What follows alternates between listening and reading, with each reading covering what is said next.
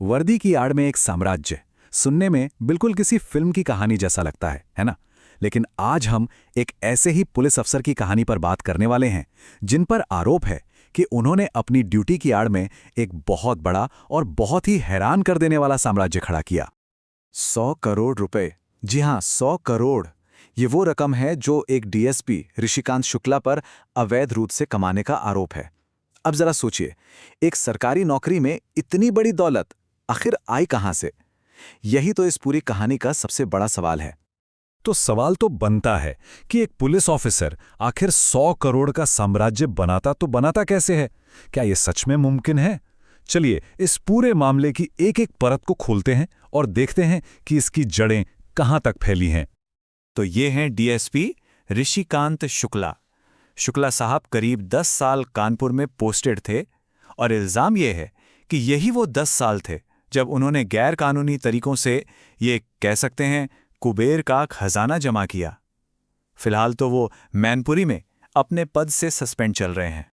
और आरोप कोई छोटे मोटे नहीं है, बेहद संगीन है। 100 करोड़ से ज्यादा की अवैध संपत्ति, लोगों को फर्जी केस में फंसाने की धमकियां और सबसे खौफनाक, पुलिस एनकाउंटर का डर दिखाकर जमीनें और प्रॉपर्टी हड़पना। कहा जा रहा है कि ये सारा खेल कानपुर में उनकी लंबी पोस्टिंग के दौरान ही खेला गया। लेकिन कहानी में एक ट्विस्ट है। पता है सबसे दिलचस्प बात क्या है? इस पूरे मामले की जांच सीधे टीएसपी शुक्ला से शुरू ही नहीं हुई। जी नहीं, इसकी जड़ें तो किसी और से जुड़ी थीं। और जब उस शख्स पर शिकंजा कसा गया, तब जाकर ये पूरा गठजोड़ सामने आया। और ये हैं कहानी के दूसरे अहम किरदार, अखिलेश दुबे।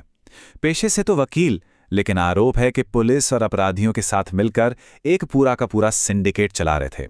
तो हुआ ये कि जब जांच एजेंसियों ने दुबे पर नजर रखनी शुरू की, तो एक के बाद एक उसके बिजनेस कनेक्शंस खुलने लगे। और इन्हीं कनेक्शन की परतों के नीचे से नाम सामने आया डीएसपी ऋषिकांत शुक्ला का। अब एसआईटी जांच ने जो इनके काम करने का तरीका बताया है, वो बिल्कुल किसी फिल्मी स्क्रिप्ट जैसा लगता है। स्टेप 1, किसी विवादित प्रॉपर्टी को टारगेट करो। स्टेप 2, उसके मालिक पर रेप या रंगदारी जैसे संगीन लेकिन झूठे केस लगा दो। स्टेप 3, उसे पुलिस एनकाउंटर में मार दिए जाने का खौफ दिखाओ। और बस स्टेप 4 में डरा सहमा मालिक अपनी करोड़ों की जमीन शुक्ला या दुबे से जुड़ी कंपनी के नाम करने पर मजबूर हो जाता था। तो इस कह सकते हैं फॉर्मूले से जो साम्राज्य खड़ा हुआ, उसका साइज कितना बड़ा था? ये सिर्फ कुछ जमीन या मकान की बात नहीं थी। ये एक बहुत बड़ा फैला हुआ नेटवर्क था जिसे बनाने में सालों लगे। इस पूरे खेल के सेंटर में थी एक रियल एस्टेट और कंस्ट्रक्शन कंपनी। कागजों पर तो इसमें डीएसपी शुक्ला की पत्नी प्रभा शुक्ला पार्टनर थीं। आरोप यह है कि जो भी जमीनें जबरदस्ती कब्जाई जातीं, उन्हें इसी कंपनी के जरिए डेवलप करके बेच दिया जाता था। मतलब काली कमाई को सफेद करने का पूरा इंतजाम। और सुनिए, बात यहीं खत्म नहीं होती। कंपनी के जो दूसरे पार्टनर थे, वो भी 2 और पुलिस वाले ही थे। अब तक जांच में जो सामने आया है ना, वो भी दिमाग घुमा देने वाला है। जरा लिस्ट देखिए। कानपुर, लखनऊ, फतेहपुर, इटावा, मैनपुरी, इन शहरों में 12 जगहों पर प्रॉपर्टीज, जमीनें, आलीशान घर, फ्लैट्स, सब कुछ। लग्जरी गाड़ियों का काफिला अलग। कानपुर के एक पॉश इलाके आर्यन नगर में 1-2 नहीं, पूरी 12 दुकानें। और एजेंसियों को लगता है कि ये तो सिर्फ ट्रेलर है, असली पिक्चर तो अभी बाकी है। क्योंकि शक है कि बहुत सारी प्रॉपर्टी रिश्तेदारों और दोस्तों के नाम पर भी है। तो अब तक जितनी भी प्रॉपर्टीज सामने आई हैं, एसआईटी जांच ने उनकी सरकारी कीमत लगाई है करीब 92 करोड़ रुपए। लेकिन कहानी में एक और बड़ा लेकिन है।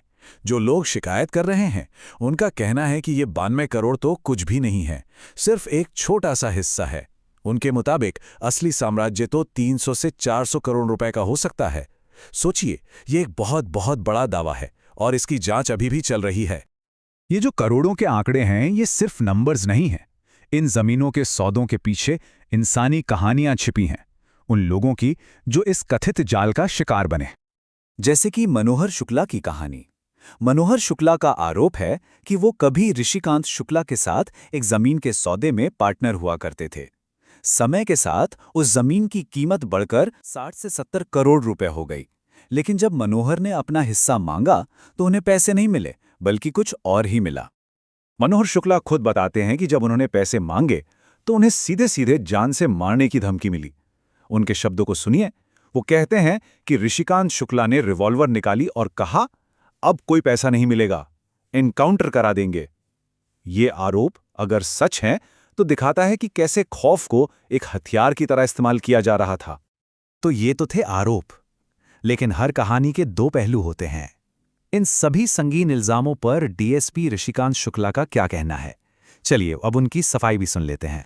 ऋषिकांत शुक्ला का कहना है कि ये सब एक सोची समझी साजिश है। वो कहते हैं कि उन्हें फंसाया जा रहा है, और ये साजिश कौन कर रहा है? उनके मुताबिक ये वही बड़े क्रिमिनल गैंग्स हैं जिनके खिलाफ उन्होंने अपनी ड्यूटी के दौरान कड़े एक्शन लिए थे। तो अब हमारे सामने दो बिल्कुल अलग अलग कहानियां हैं, एकदम एक दूसरे के उलट।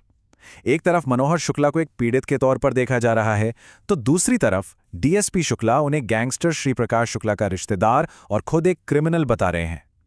एक तरफ वकील अखिलेश दुबे के साथ रिश्ते को एक क्रिमिनल पार्टनरशिप कहा जा रहा है, तो दूसरी तरफ उसे सिर्फ एक पुलिस अफसर और कानूनी सलाहकार का प्रोफेशनल रिश्ता बताया जा रहा है।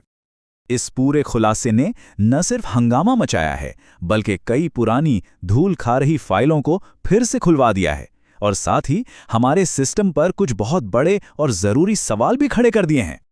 जरा इस टाइमलाइन पर एक नजर डालिए, ये अपने आप में पूरी कहानी कह देती है। 1998 से 2009 शुक्ला कानपुर में पोस्टेड थे।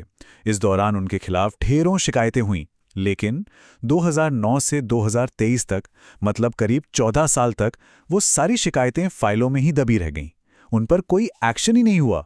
और फिर आता है साल 2024, जब अखिलेश दुबे का गैंग पकड़ में आया, तब जाकर सालों बाद ये मामला फिर से खुला।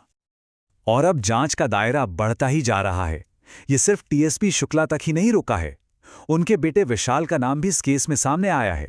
आरोप है कि विशाल ने अखिलेश दुबे के साथ मिलकर मनी लॉन्ड्रिंग के लिए एक दो नहीं बल्कि 33 कंपनियां बनाई थीं।